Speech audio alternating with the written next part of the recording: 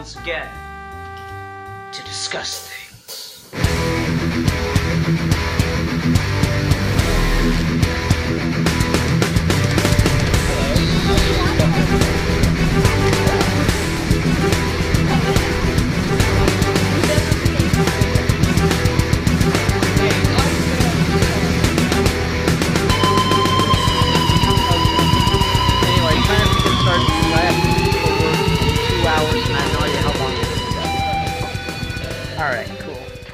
Hi everyone, welcome to another episode of Geeky Gentlemen. I am Sid Part 2. Joining me today is Deadpoolzilla and Pop Culture Diva.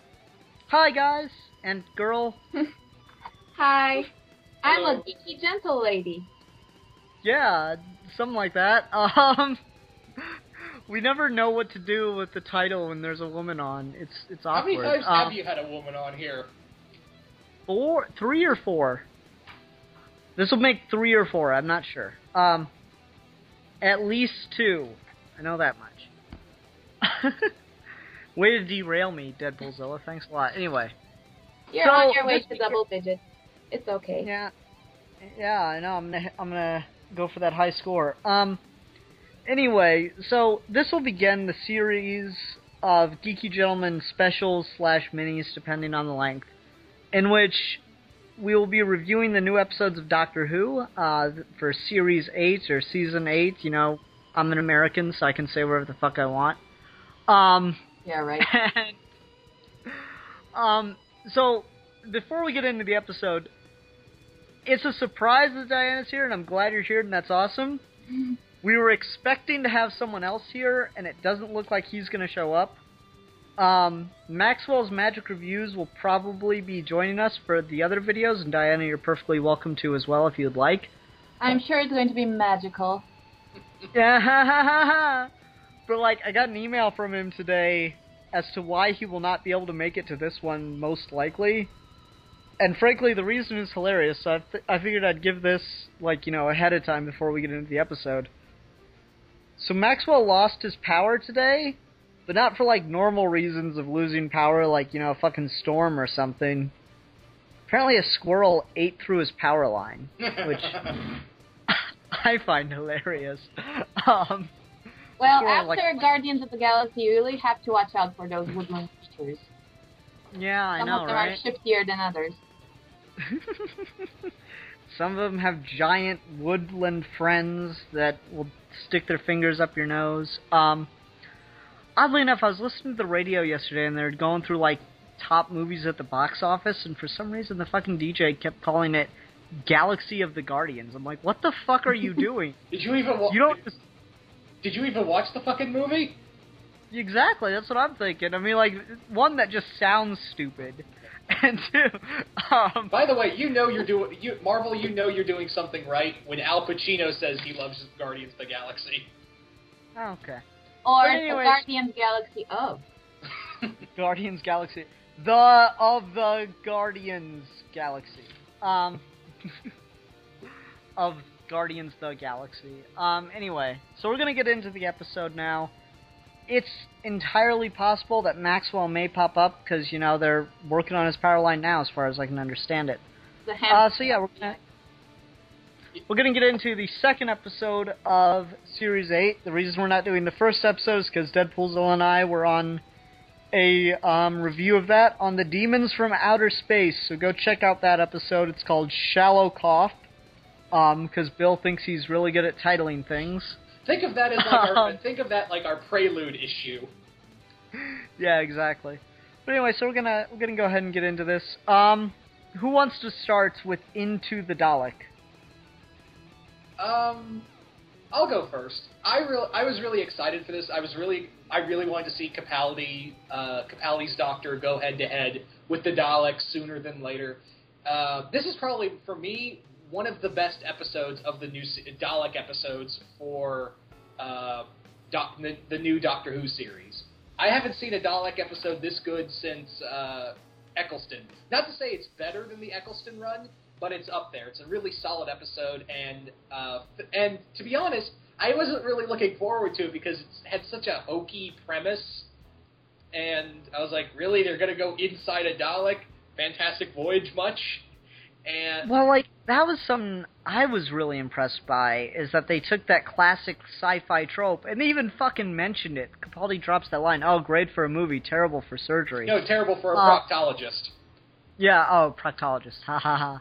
Anyway, like, that's a great, like, it's a classic sci-fi trope, so I was really impressed with the idea initially once they first presented it. Yeah. I didn't know what the episode was going to be about ahead of time. Yeah, and the other thing with this is that Phil Ford, he wrote my favorite David Tennant episode, The Waters of Mars. Really? Oh, no, fuck you. No, fuck you if you hate that episode. Really? I don't hate it, it's just really The Waters of Mars? Yeah, that's my favorite Tennant episode. What are you watching? I feel like you missed all of season 2. Oh, really? No, really. No, shut up, Ian. You don't get to tell me that season 2 was good after, Love and Monsters, and then Fear Her following that. Okay. You don't get to do that. How about you? What are your initial thoughts on the first episode, or the second episode of season 8? Hello? Yes, Yep. You. Oh, okay. I think it is. I don't know if, again, for those of you who are watching and don't know my history with Doctor Who, I only started watching with the 11th Doctor. So I know of Tennant and Eccleston and all the others, but I don't know the entirety of the history between the Doctor and the Daleks. So for me, this is one of the more violent episodes of Doctor Who that I think I've ever watched. I mean, it had one of the biggest body counts that I've ever seen in an episode that is not like a premiere or a finale, or it's the second episode of the season. So once again, I was struck by, and to a lesser extent than the premiere of season 8, but I was struck by the Doctor's ruthlessness. I think I'm getting more used to the idea that Peter Capaldi's Doctor is a lot darker and a lot more prone to, or a lot more willing to do sacrifices, to make certain dark sacrifices than obviously Matt Smith's Doctor. And honestly, I was actually kind of enjoying it until the end. The end for me was a disappointment, but I will get into that later. I don't mind that it feels so different, that so far Peter Capaldi's Doctor is so different from Matt Smith's Doctor. I think, obviously, with every new Doctor has to bring something new to the table, something different.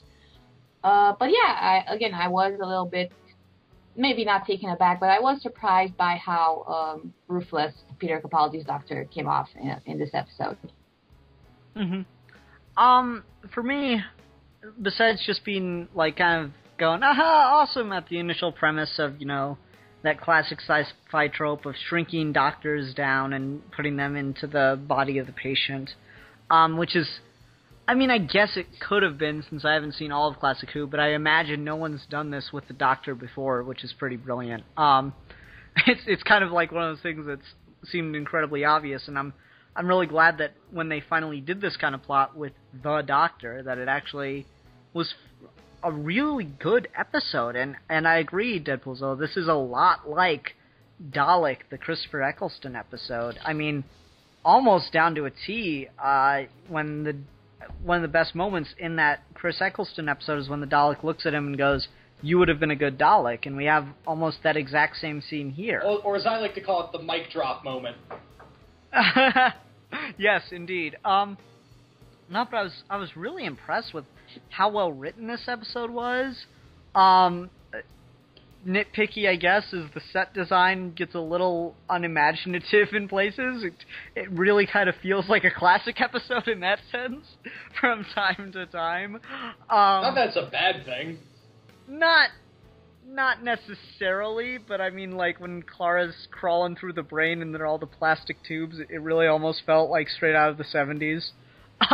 She was in a Jeffries tube. Yeah, right. But otherwise, no, I was really impressed by this episode, and I really liked it. There are a couple things that, I mean, I'm a little nitpicky about, and then there are a couple things that I don't like that the Doctor did, but we'll definitely get into that. So,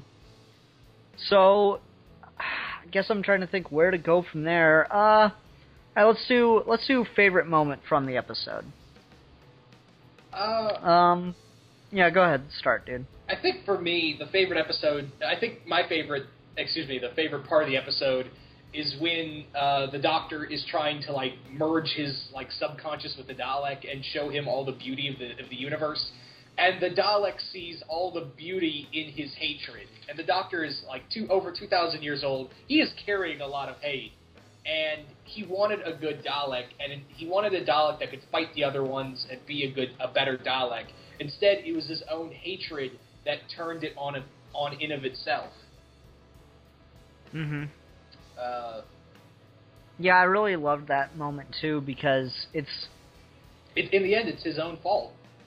Yeah, it is. It's him realizing, as much as he tries to fight against them, he is exactly, in a lot of ways, he is just like a Dalek. And I mean, that's a trope that I love. It goes all the way back to Nietzsche.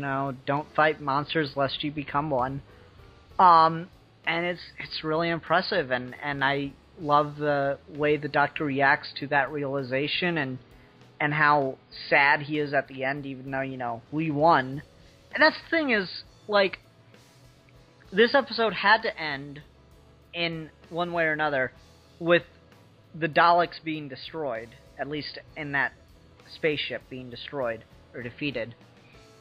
And it was really interesting to see the Doctor deal with the fact that he didn't like that it happened the way it did.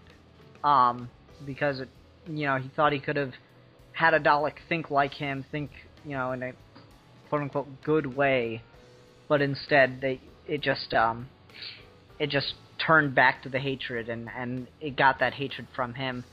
And in a lot of ways, this feels like kind of a cumulative thing for the Daleks', I guess, character arc throughout a lot of the New Who. Because the first time we see a Dalek back in Eccleston's episode, it's exactly like it is. It's full of hate, and it's ready to kill, and it goes through the character arc and kills itself at the end. Then it's a long time till we get anything more character progression from the Daleks, where they're not just a big threat. And we get that episode with Tennant that, say what you will about it, but the Dalek stuff is interesting. Oh, you mean it sucks? Is that the word you're looking for? If I liked it, other people don't. We get that interesting character arc with them where once the Dalek's out of the suit in order to survive, it suddenly realizes how foolish a lot of the Dalek beliefs are. And then in Asylum of the Daleks, we get this idea that the Daleks see incredible hatred as beautiful.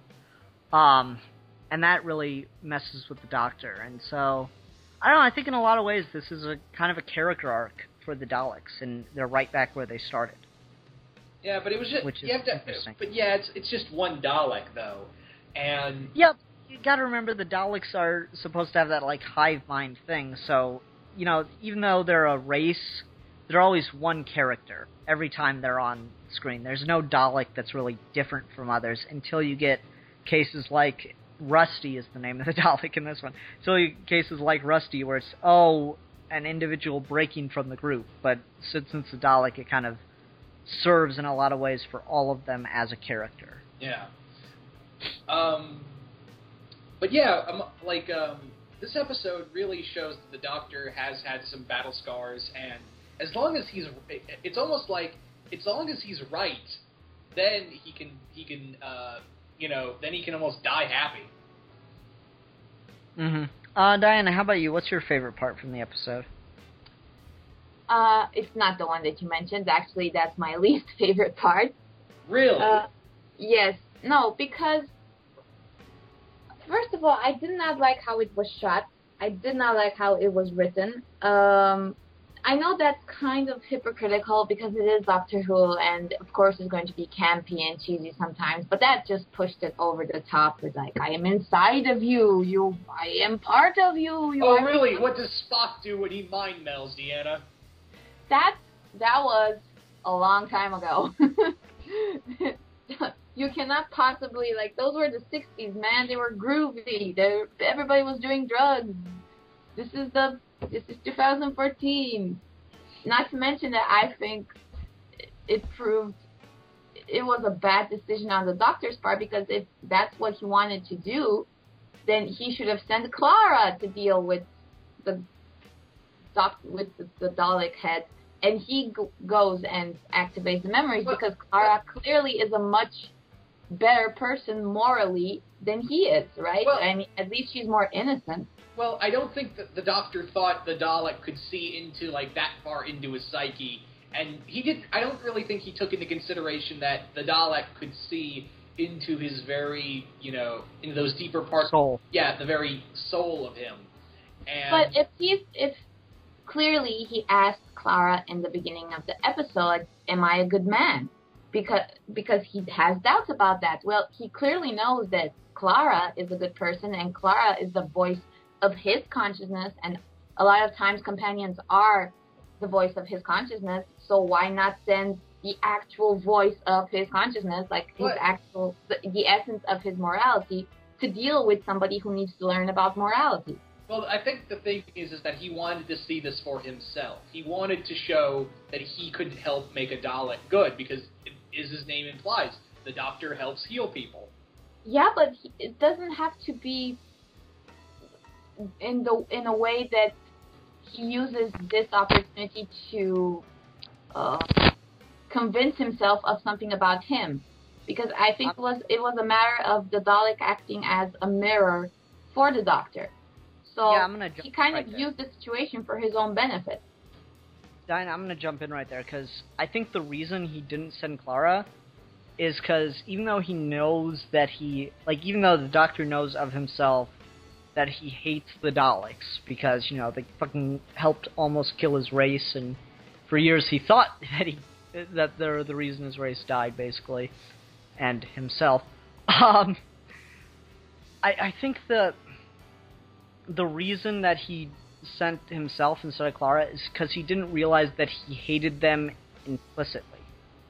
Like, I think the Doctor thought that he hated Daleks on the same level that you hate people. Like, that you hate an individual person. But I didn't think the Doctor realized that he was Dalekist, or, like, racist towards Daleks, that he just hates them all. And I think that realizing that hurt him more than anything else. Didn't he, kill their entire species at some point? Yes. I think that's kind of a sign that you hate everything but there was that they stand for. There was a war, though. Yeah, but then there were other times, like he blew up the Crucible in Series 4 and kind of helped murder their Emperor. Yeah, but they were fighting him actively. Didn't have one to help at this point. Yeah, but yeah. Do you guys want to talk about the new character, Danny Pink? Because can I go first, because that's actually my favorite moment of the episode, when Danny Pink first shows up, and I'm like, Okay, I'll give you a pass on this one, because I like what they did. I like the introduction of Danny as well, but you go first, Deanna. Well, that's all I wanted to say. How are you doing? Hi. I was impressed with the introduction. I was impressed with the introduction of the character. I really like the scene where they go, "Have you ever killed anyone?" He's like, "I was a soldier. There are other soldiers. We were in a war. I'll let you draw your own conclusions." And then the kid asked, "Did you ever kill anyone that wasn't a soldier?" And the kid didn't realize what he was asking. And then you get that shot of the guy, just subtly crying as he gives the lesson plan, or the assignment again. Yeah. And you're like, this guy, killed a child or something. You just get that sense of that's what he's thinking about immediately after that kid asked that question. He must have done something horrible in his past. But the thing is, what I like about this is that this is a really good representation of soldiers that come back, because, speaking from experience, my brother's in the military. A lot of soldiers don't like talking about it. Well, there's some are, but for the most part, a lot of soldiers do not like talking about their military life, and it kind of throws away the misconception in TV shows where you see most soldiers like, oh, yes, sir, no, sir, we got to complete the mission. No, some of them just want to come back and enjoy normal life. And in here you see that you have that moment where he comes in to check in for work, and that teacher, one of the teachers or secretary or some shit like that, says, oh, I bet you were reading. He's like, yeah, I was reading. Oh, I bet you were. And then, let me bring up this. We see that same girl we saw in the flashback in the first episode of Series 8, and she says, Welcome back, everyone, to the Geeky Gentleman Show. Unfortunately, we had some technical difficulties, and now Deadpool Zoe is lost in time and space. It happens. Anyway, before we... some webby, internet wetty issues. Mm-hmm. Wibby, webby, connecty, wecty, damn it, I'm trying to think of more computer-based puns. Issues, definitely. But anyway, so, before we cut out, he was talking about something with the girl that we saw in the flashback in Deep Breath. Do you know who he was talking about? Because I do. No, I'm drawing a blank right now. I'm drawing a blank.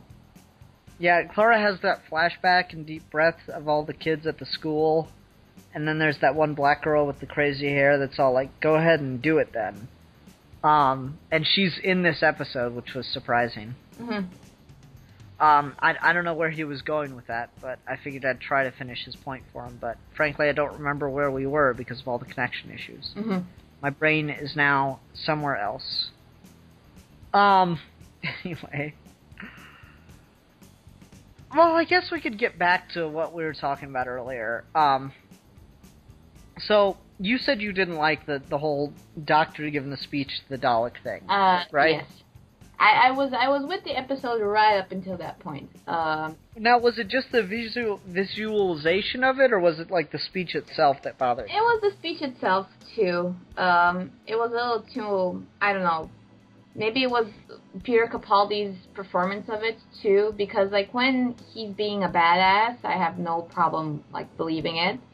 When he's being slightly colder to people than Matt Smith's Doctor was, again, I think that is well within, it's a well-rounded representation of this particular side of the Doctor's personality. But when he did that speech, I don't know, there was something about it that really put me off, and again, I couldn't get it out of my head that maybe he wasn't the guy to give this speech, maybe he wasn't the guy to teach Daleks about humanity, given that a lot of times even Matt Smith's Doctor needed a companion to kind of pull him back and say, no, this is what you're supposed to do if you want to be a good person. Because Matt Smith's Doctor had issues like that too. And this is still a new Doctor. I mean, he hasn't been around for so long, so maybe he's still in the process of reacquainting himself with himself. So yeah, maybe you're not the guy, you know?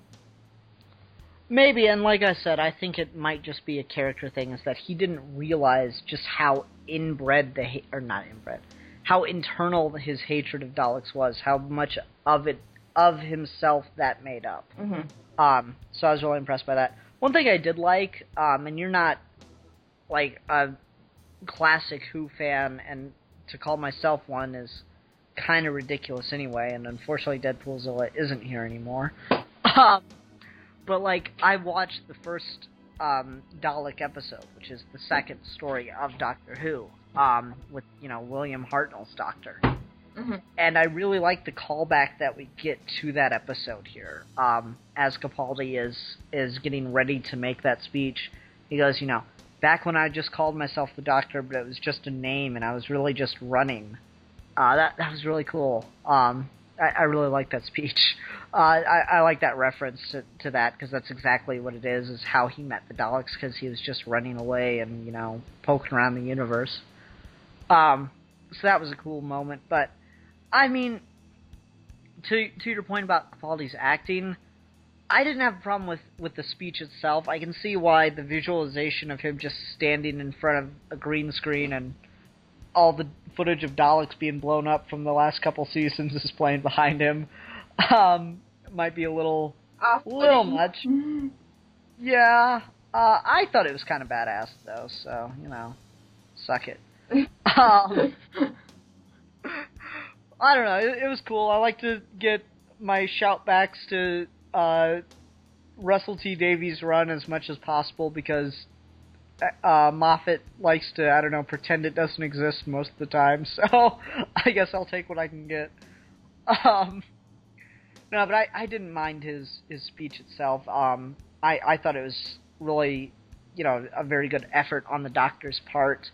And I'm curious how much of it was Capaldi holding back because he might not believe it himself anymore. The Doctor won't believe it himself anymore. Would that seem like a possibility to you? Believe what exactly? What he's saying. Like, he might say all this stuff about how wonderful the universe is and how much, we should celebrate life, but he might not cynical now to actually believe it. Yeah. You think that's a possibility? Because that did occur to me. No. I think one of my favorite scenes of the episode is the one where Clara slaps him back into back into being a good man again. I think he definitely believes that there's beauty and all of that in the universe. I just don't think that he believes there's any in him. Like, I'm sure that there are people, like, for instance, take a character like Wolverine that is always presented as the guy that has to do the really nasty stuff so that other people don't get their hands dirty. So I think that the Doctor is, at this point, one of those characters, like, no, there are good people, there is beauty in the universe, there just isn't any in me because I'm the kind of person that has to do the really nasty stuff so that all that other good stuff can go on and be good. You know what I'm saying? No, I think he believes in the beauty of the universe, and I think that he believes that if Daleks would embrace that beauty and would see it and embrace it, then they would become a better species, but he just can't really see any of it in himself. Okay. And I guess that gets to something else I wanted to talk about. So my favorite Doctor is Tennant, and you, as you said at the beginning of this, you've never seen any of his stuff. I've seen Blink. Okay. And obviously I've seen the anniversary episode. Mm-hmm. But of course he wasn't that much in Blink. Yeah. And I've seen the new Friday Night, so... Oh, so you've seen David Tennant not play the Doctor in something, so that's of course relevant. For me, so I know a little bit about his style, but I did not see his entire run, no. No, Tennant 10 is my favorite Doctor, because it's weird because I'm not a Superman fan, but he is a very Superman-like character as far as a moral sense of things go. Mm-hmm. Like, Superman, I guess Man of Steel excluded, does not ever want to kill anyone and never, ever wants to accept someone dying, Mm-hmm. Like, if there's something he can do to make sure someone doesn't die, he will do it. And, like, there's one episode with the Centaurans where he gets on their ship with a bomb and refuses to leave, and at the same time doesn't want to detonate it. He wants them to just give up, and he knows they won't. So he's really is just ready to die, even though ready to die just so he doesn't have to kill anybody. Which is I think a really great part of his character, and I really loved the 10th Doctor for that. And the 11th Doctor got farther away from that, but not crazy far away. Mm-hmm. But Capaldi straight up lets a dude die and does not give a damn. Well, I'm going to stop you there. I don't think that he lets a dude die. I think that it is a measure of intelligence and it is a measure of cleverness, even by Doctor standards, to understand when there is nothing that you can do to prevent a person from dying. I think it is acceptable and it is understandable why you would see a situation for what it is. What Capaldi's Doctor did is that he used that death to his benefit. He used it he actually gave the guy a little bit of hope towards the end that he actually can save him, which first is cruel to give a person that you know that is going to drop dead any second hope, and only to have him disappointed.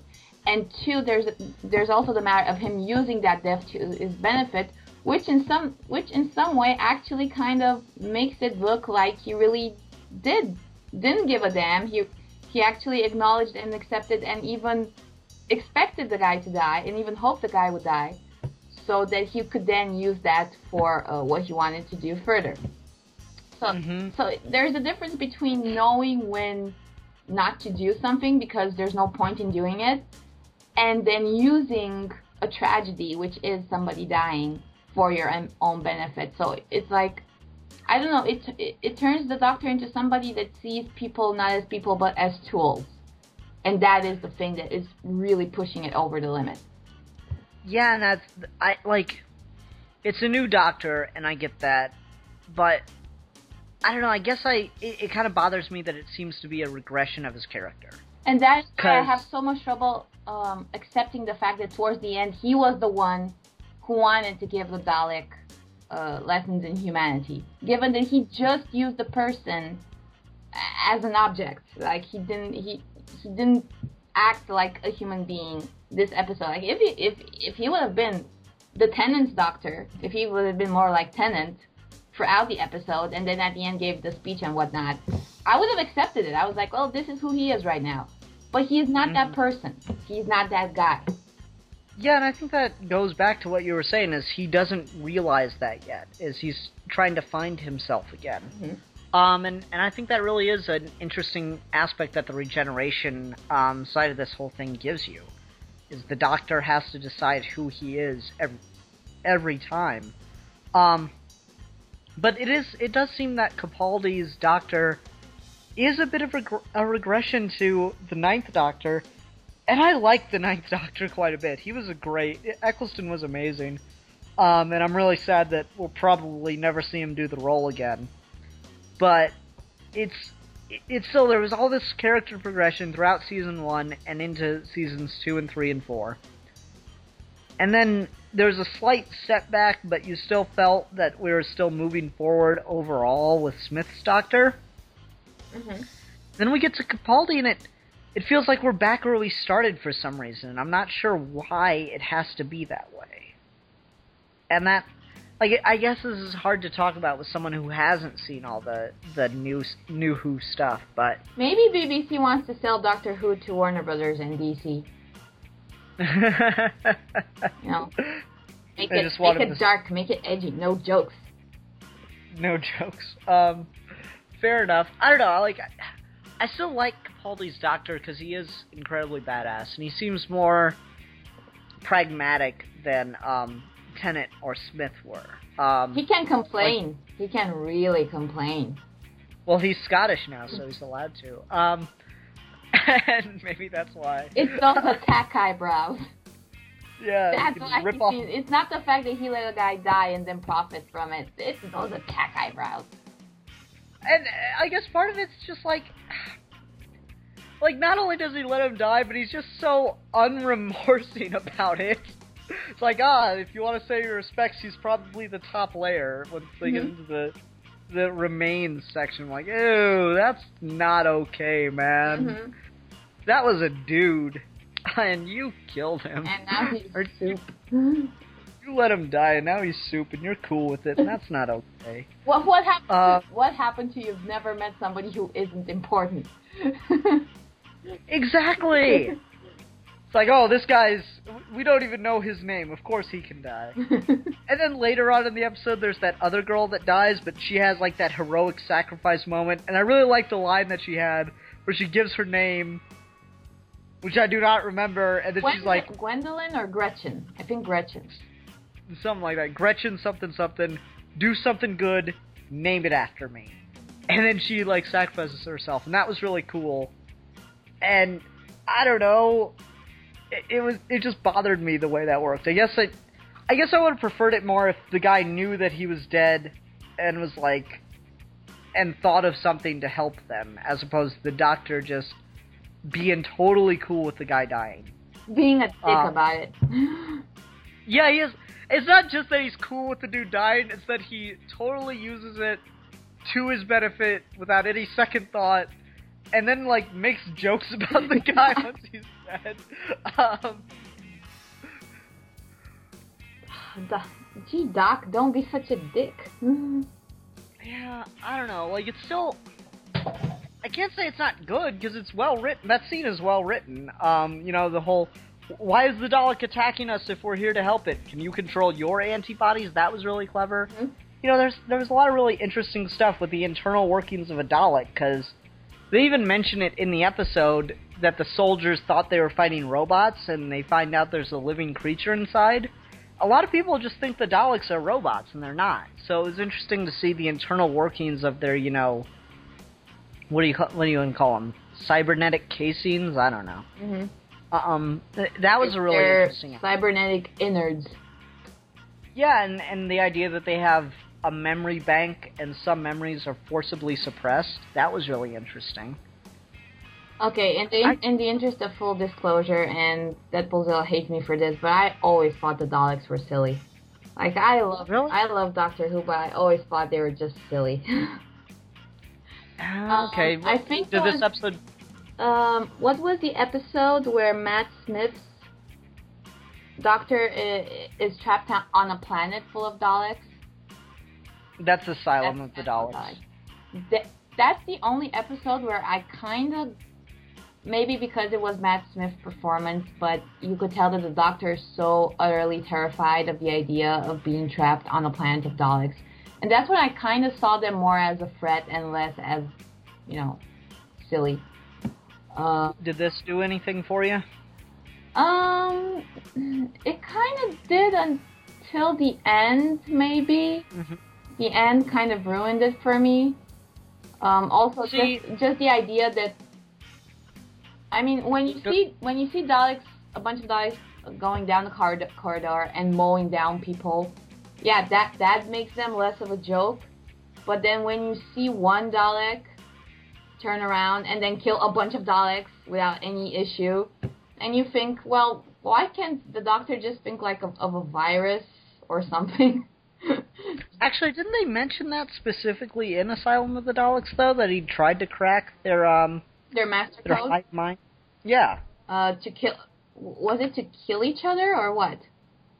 I remember them saying at one point that he tried to crack their master code, so you could, I guess, make a very small leap and assume that he tried to find a way to, like, get them to fight each other or, like, quit fighting or something. No, that's a fair point. The end I don't think is very silly, but, you know, that's a matter of taste, I suppose. I guess I just suggest watching the Christopher Eccleston episode Dalek, because, I mean, those things are it's one, and it's fucking terrifying in that.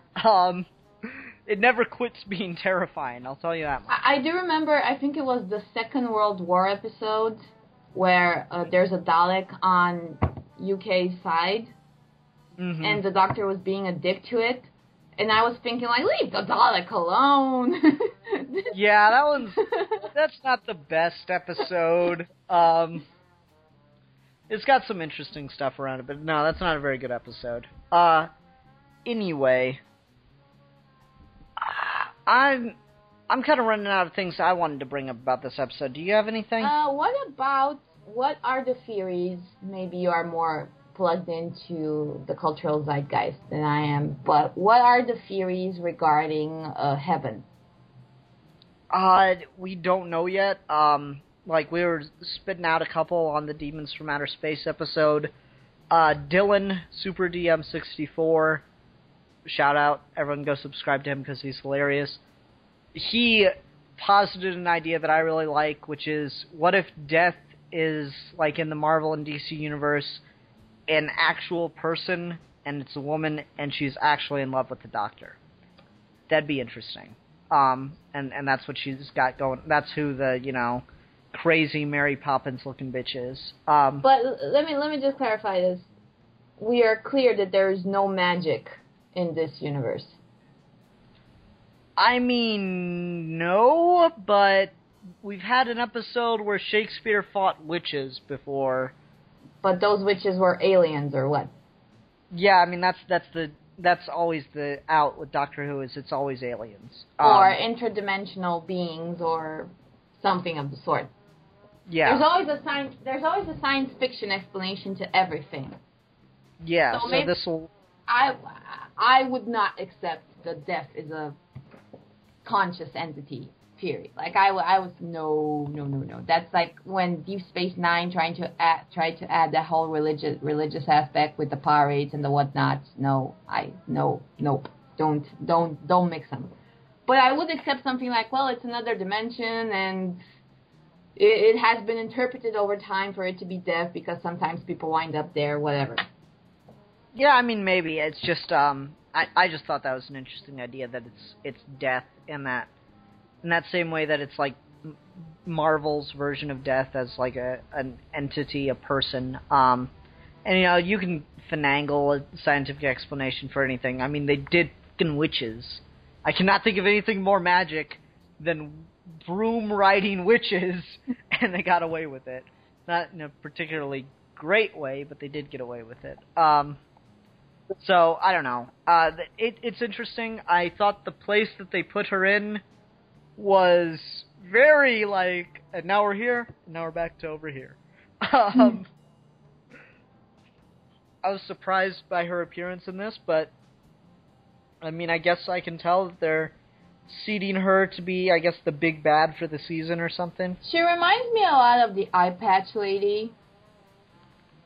Yeah. Like that's a good way to put it. It's the same, that same feeling of a timeless, spaceless, like no coordinates kind of place, and she just pops up and she just freaks you out. And yeah. Because like in the first episode, because the doctor tells Clara, I'm not your boyfriend. And then she calls him her boyfriend. My crazy theory is that actually she's like Clara from the future. That'd be weird. Yeah, who is like driven crazy at some point by something that the doctor does. But that was just, circumstance. Well, we know Clara exists throughout all time and space, so I guess that kind of works. She's the impossible girl. This is going to be the impossible girlfriend. The impossible girlfriend mostly just, like, always demands that you bring her flowers and just pay a lot of attention to her at all times. So, it's not as awesome as it sounds. Anyway, fair enough. Okay, you got anything else, or you ready to wrap up here? I think I fail to see the point of the girl of Journey, which, by the way, is a very nice name. I really like that name. Wanting to be a companion. Like, what is the point of what was the point of that? Just to stress the fact that the doctor doesn't like soldiers, which is very ironical because he was very military minded this episode. I think part of the idea is that soldiers are taught to hate or to want to kill whoever their, like, quote unquote enemy is, and the doctor doesn't want someone like that around him. Is the sense I got from it. I don't know why the character would want to be a companion, but that's the sense I got what purpose that scene served. Other than, again, portraying the doctor as a dick, because even if he had that opinion of soldiers, first of all, she just lost her brother. Second of all, she wanted to leave the ranks to go with him. So being a soldier is not something, it's not like you're white, you're white forever. You're a soldier. It's a duty, or it's a job, or it's a profession that you fill for a certain amount of time, but then you move on. So yeah. And I don't understand why the doctor would deny her that. Like, if you don't want her as your companion, fine. But don't send her back like, nope, you suck, because you're a soldier. Now move along. Fair enough. I think Capaldi's just kind of a douche. No.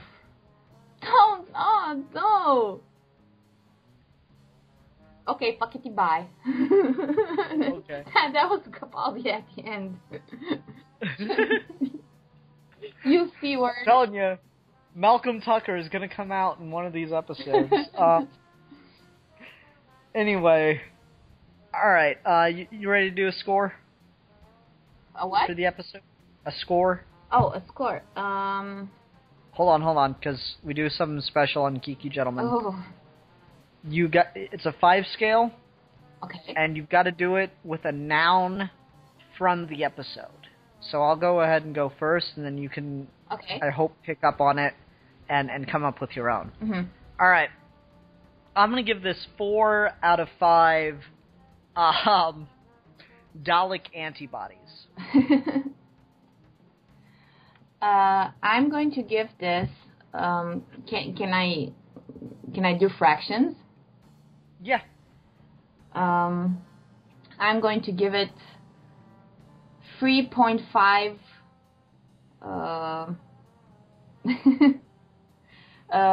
3.5 Dr. Dick moves out of 5. Okay then. Alright, so that was our review of Doctor Who Season 8, Episode 2, Into the Dalek, which I forgot to bring up my biggest complaint. I was really disappointed that Peter Capaldi didn't rape a Dalek in this episode. We're gonna have this running he was joke. inside of a Dalek, so... Yeah. We're gonna have this running joke. Yeah, but the Dalek wanted him inside. And at one point he was covered in Dalek goo. Yeah, we got close. But we're gonna have this running joke of Capaldi just getting ready to rape something and just being like, "Get ready for it, laddie." Because if any doctor would just attack something in that way, I think it'd be Capaldi. Anyway, because he is terrifying. I would like to see him try to rape an angel. Okay, Weeping Angel. No. Oh, First you think you you're need to get stone? rock hard.